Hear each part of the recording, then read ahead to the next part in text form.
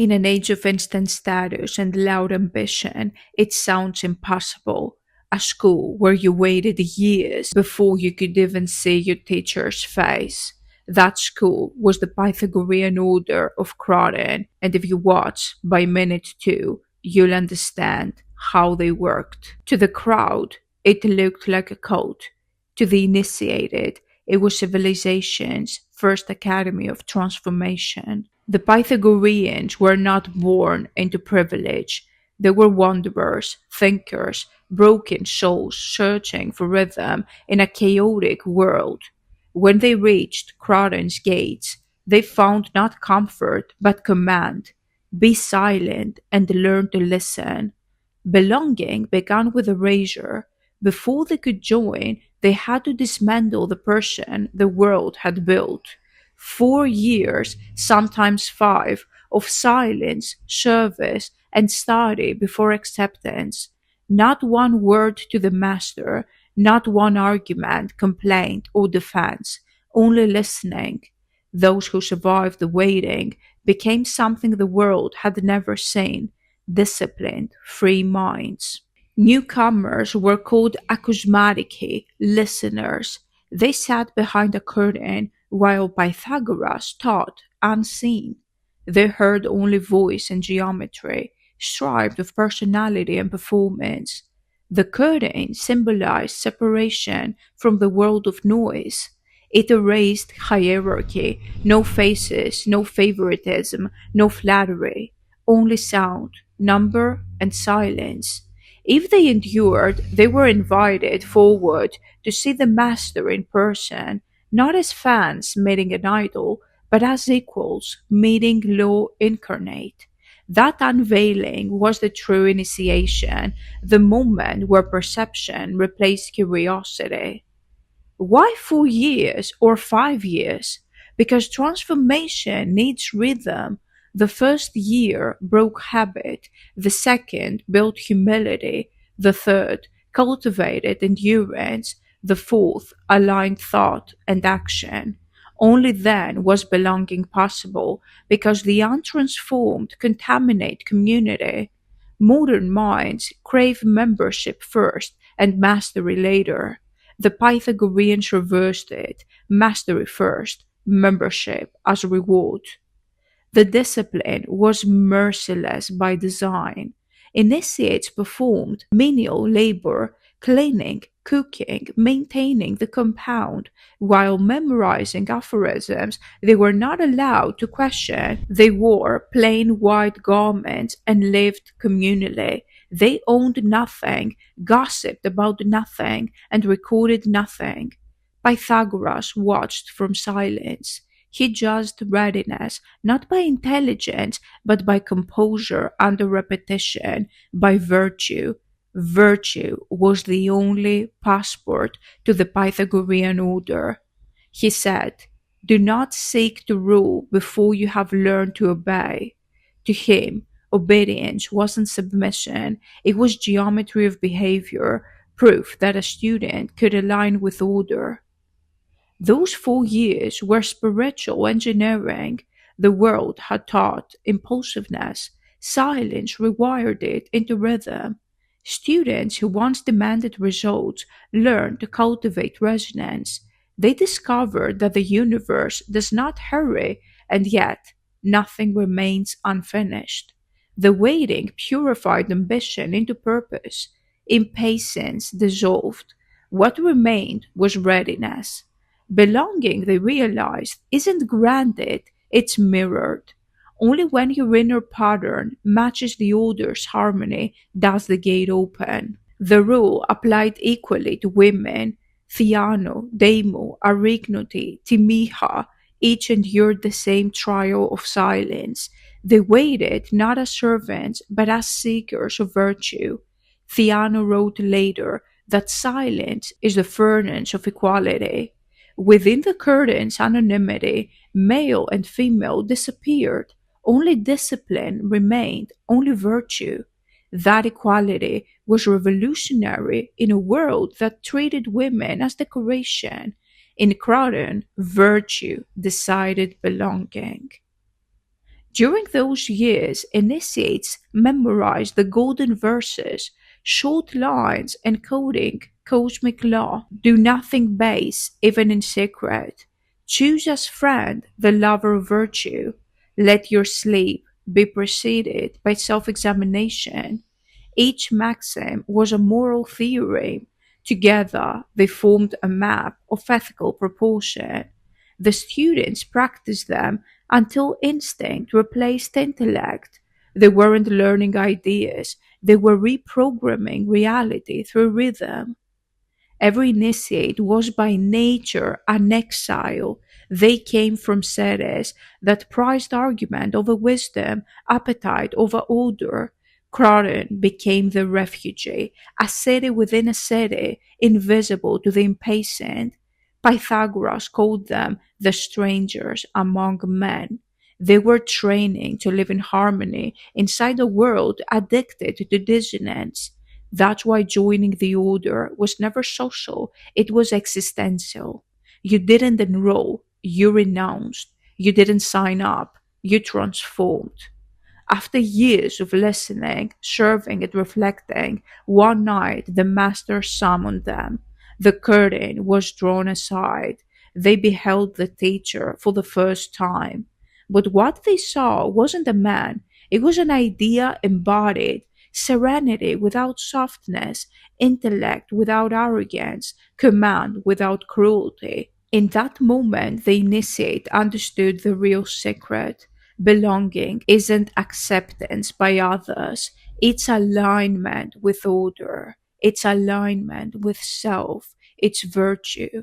The world would never understand this kind of belonging. That's why the Pythagoreans remained outsiders by choice. If you've ever waited in silence for life to recognize your worth, if you've ever disciplined yourself without applause, if you've built mastery before seeking audience, you've lived Pythagorean's initiation. You've joined the forgotten school that still measures souls by patience, not popularity. You're a Catharsian. Don't waste more time in their world. Join the Catharsians today on Patreon for those who earn belonging through discipline. The Pythagorean path. Wait in silence until readiness becomes radiance. Diogenes' barrel. Prove worth through endurance, not exhibition. The Aurelius Council. Leaders who build gates of merit in an age without thresholds. To belong is not to be admitted, it is to be in ratio with truth. Join the Catharsians today on Patreon and reclaim your suppressed power. The Pythagoreans didn't recruit followers, they forged initiates. They took ordinary men and women, impatient, impulsive, ego driven, and turned them into instruments of harmony, pure virtue, catharsis. The process was so severe that only a few survived it, but those who did walked out different from anyone the ancient world had ever seen. They were precise, measured, balanced, harmonized. Their presence radiated the calm of geometry itself. That transformation was the true purpose of the waiting.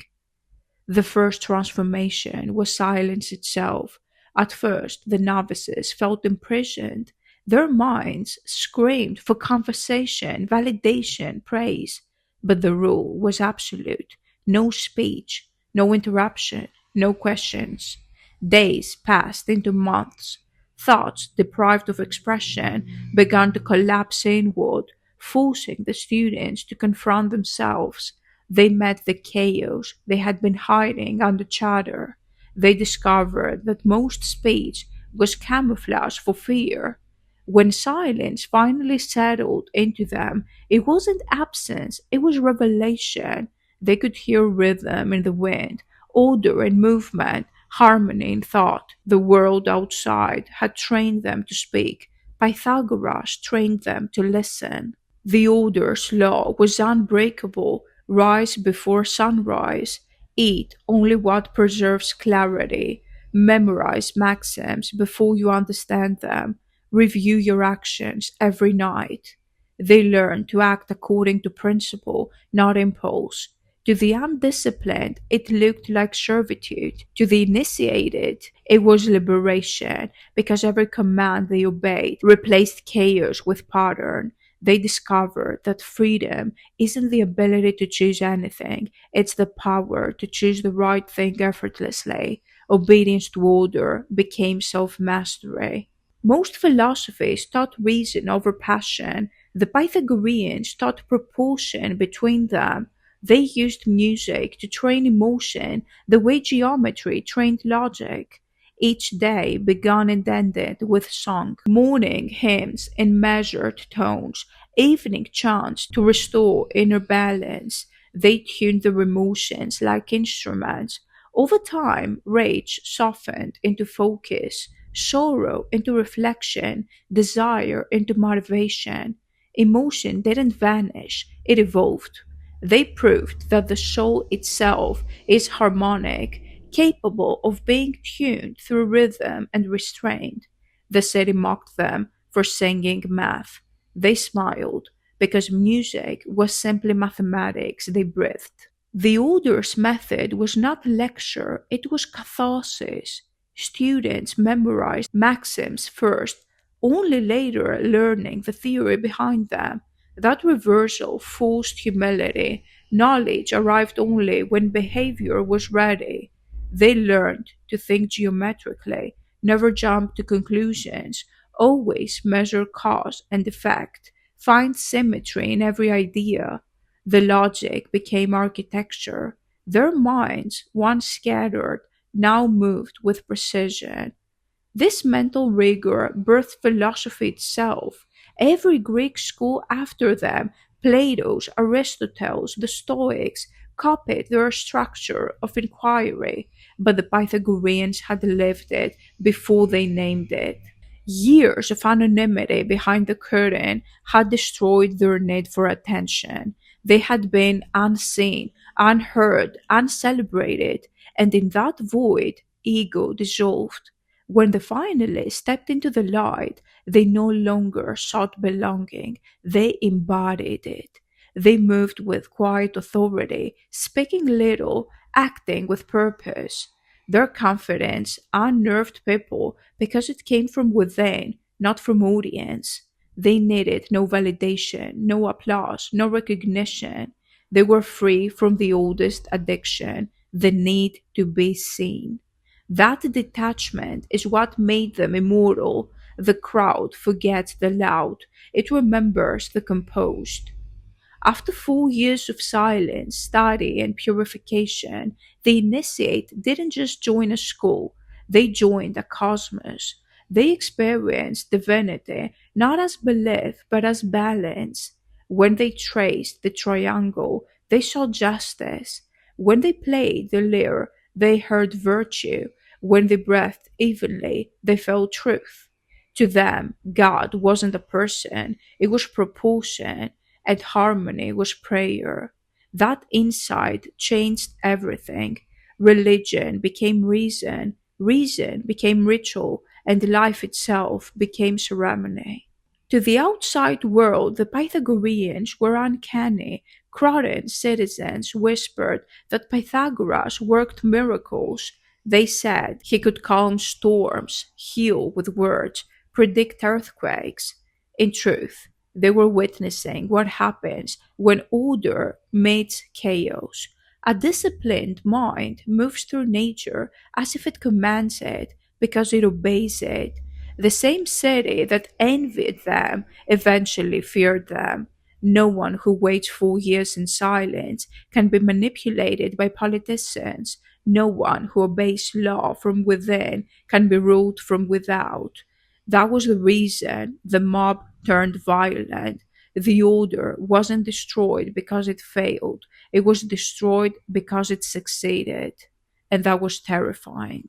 The waiting was never about endurance, it was about ignition. Every year of silence compressed energy until it became flame. By the time the initiate was accepted, they were no longer stupid but simple, a being that lived as proof that harmony is possible. They didn't belong to the order, they became it. They were living architecture, truth built into form. That's why the Pythagorean fire never died. You can burn books, but you cannot burn behavior.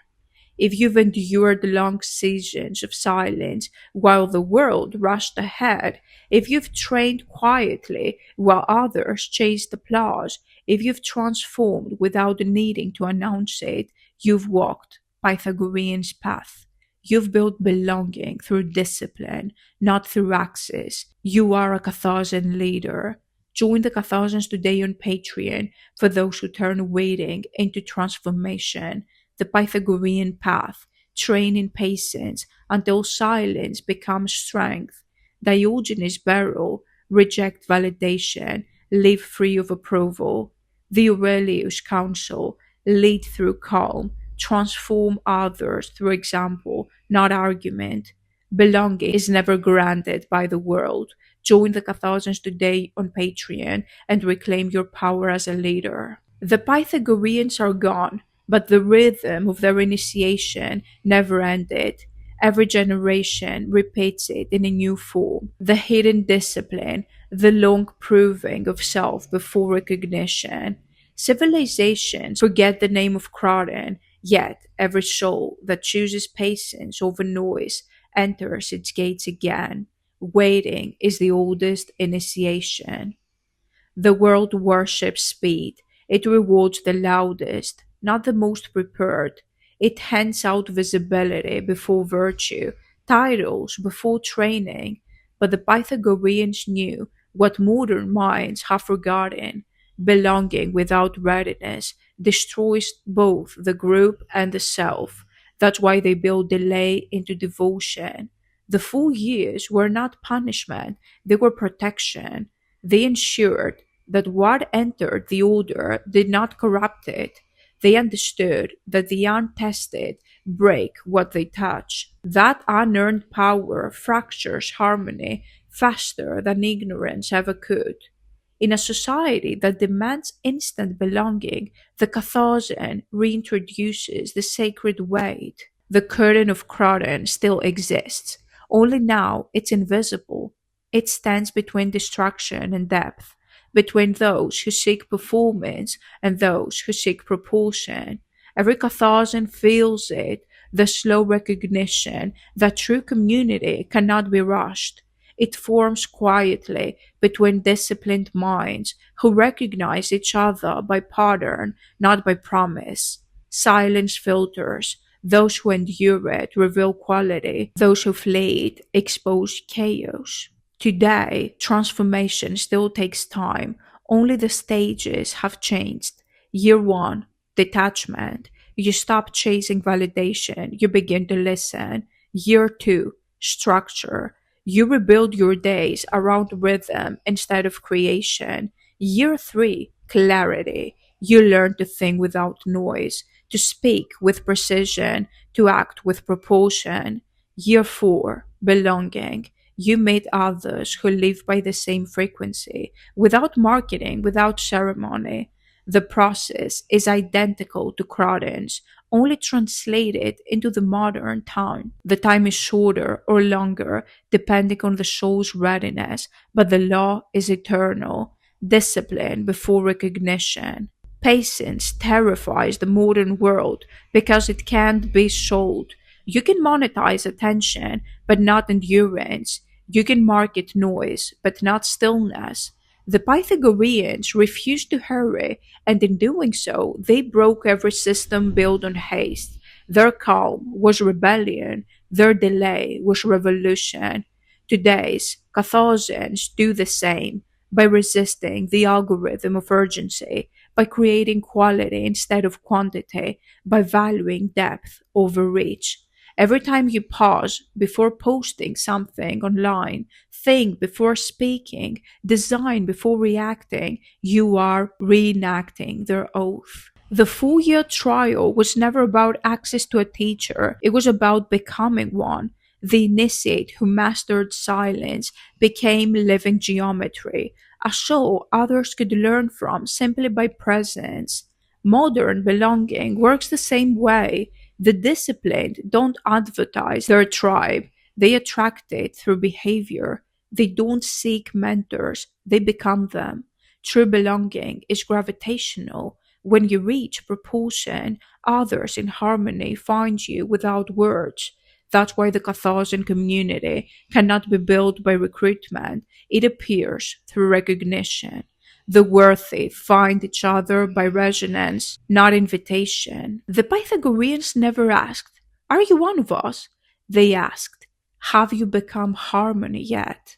Belonging was measured not by membership, but by vibration. Only when the students' inner rhythm matched the orders did acceptance occur naturally. The same test persists today. You don't join the Catharsians by signing up. You join by alignment. When your discipline, silence, and virtue reach frequency, you belong automatically because you've become the pattern itself. That's why the impatient will never enter, even if they knock forever. They seek belonging as event, not as evolution, but the disciplined arrive without needing to ask. The Carthaginian inheritance is not hierarchy, it's standard. You belong when your integrity reaches proportion, no faster, no slower. That's why the Carthaginian community feels invisible. It's hidden behind silence, the way Croydon was hidden behind curtains. But it's there. In studios at midnight, in notebooks no one sees, in disciplined minds, refining ideas without applause. They are today's acousmatiki and mathematiki. They are today's Pythagoreans, listeners and learners preparing for revelation.